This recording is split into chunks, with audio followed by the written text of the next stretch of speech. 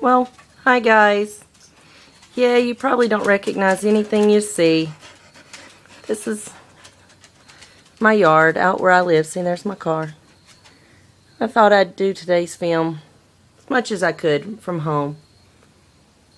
So, and that's my dog. Say hey to Daisy.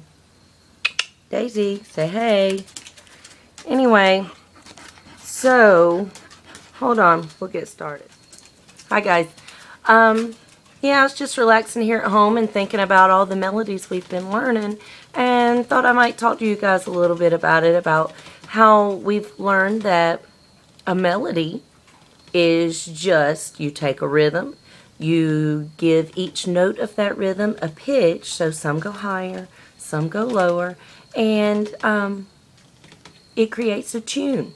So you still have a rhythm, but now the rhythm moves around and you have a tune, but then it's not enough to be a tune, because there can often be several tunes in a song. To be the melody, you have to be the main tune of the song, the main theme. Like a paragraph has a main sentence and then all the rest are supporting sentences. Well, songs often have a main tune and supporting tunes. Then we learned pitch was the high or low sound of each note, and there are no two pitches alike. We learned that a staff are the 5 lines and 4 spaces we use to put our notes on, so we'll know exactly which pitch to play. And then we played a game where we had to name all of those pitches on the treble clef staff. Treble clef meaning that they will be in the higher range of sounds versus bass clef, which we haven't learned yet, which are the lower range of sounds. So now we need to start using the lines and spaces to identify the pitches, to look for when the melody is going in an upwards pattern, getting higher, and when it's moving in a downwards motion, getting lower. And we need to practice naming those pitches, and we need to start looking at real music, not just little pieces of songs Miss Webb puts up for you, and not playing a game, but actually learning to create music. So I've got a holiday song here I thought would be fun to look at, since the holidays are quickly, yay us, approaching. I thought it would be fun to look at. So we need to look at this, and let's identify when we see sounds getting higher and when they get lower. That's going to be our first goal. Let's just identify upwards and downwards motion. Okay? Okay. This song is called Season of Bells because we know during the holiday season you tend to hear lots of bells. The bells tradition actually started, like Jingle Bells, the song, actually started as a winter sleighing song. During the winter, when people would have to use their sleigh instead of their wagon, they would often attach some bells to the harnesses of the horses. So it was just in the winter when it was snowing, you would hear bells. Now, if you look up here where we start up here on the second line, which we know if we start at the bottom and go Elvis's guitar is a G. And when we move over here, it is again on that second line G. But look what happens as we go for that. We actually came down to the F, and then down again to the bottom line E. But when we get to sound, we go from the E back up to the F. This is the same. It's in both on the first space F. So if you keep going, I'm going to point to it, and you say if it's going down or up. Okay, you ready? We're going to start on this F. This one. Now this one. Now this one. Now this one.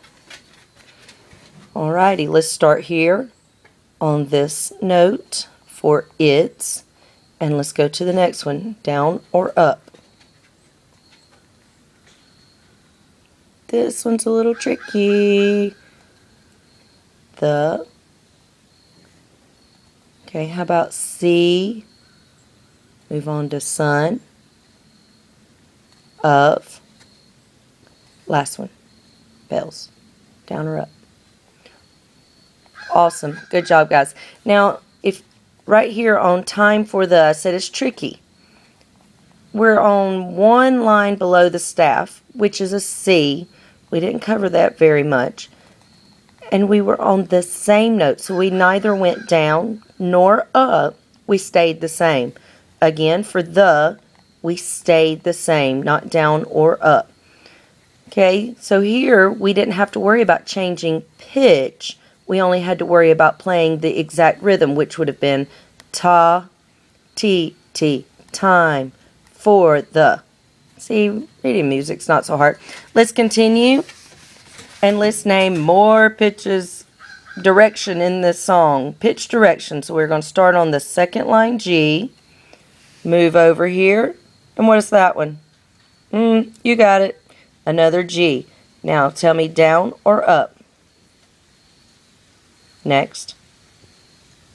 Next. Next. Next. Next. Next. Next. Next. Time. For the season of bells. Now, chorus students, for my next question, I want you to be quiet. Don't give away the answer, because we've done this song in, or not, sorry, not course members, third graders. We've been working on this song, and we've talked about this. Okay, Arwell, go ahead and answer. Let's see if you can remember.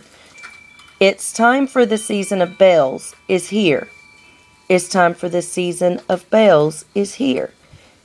If you look at the notes, they have the same exact rhythm. Uh-oh. But let's look at the melody here, the tune of it, and see what happens to the tune. We start low, and we're getting higher as we get to the end. So we move in an upwards direction with our pitches. But look at this one. We start low, we start going higher, but then we come back down. So this one ends on a high pitch, this one ends on a low pitch. So even though they have the same rhythm, they have a different tune. Now, since this is the only tune we see, it has to be the melody, because there is no other tune. As we listen to it, though, you will be able to hear there are other things going on in the song when I play the sample for you, and we are just going to focus on this melody that we see. All right? Great job, guys. You're doing great work, and I'm very proud of you. So we can identify upwards and downwards motion of when it's getting higher and when it's getting lower. But we are going to be great musicians who can create our own music, not just always listening to other people. So now we need to take it from just identifying those pitches to actually learning to perform those pitches. I am going to demonstrate for you on the board, and we're going to start with just a simple one pitch melody.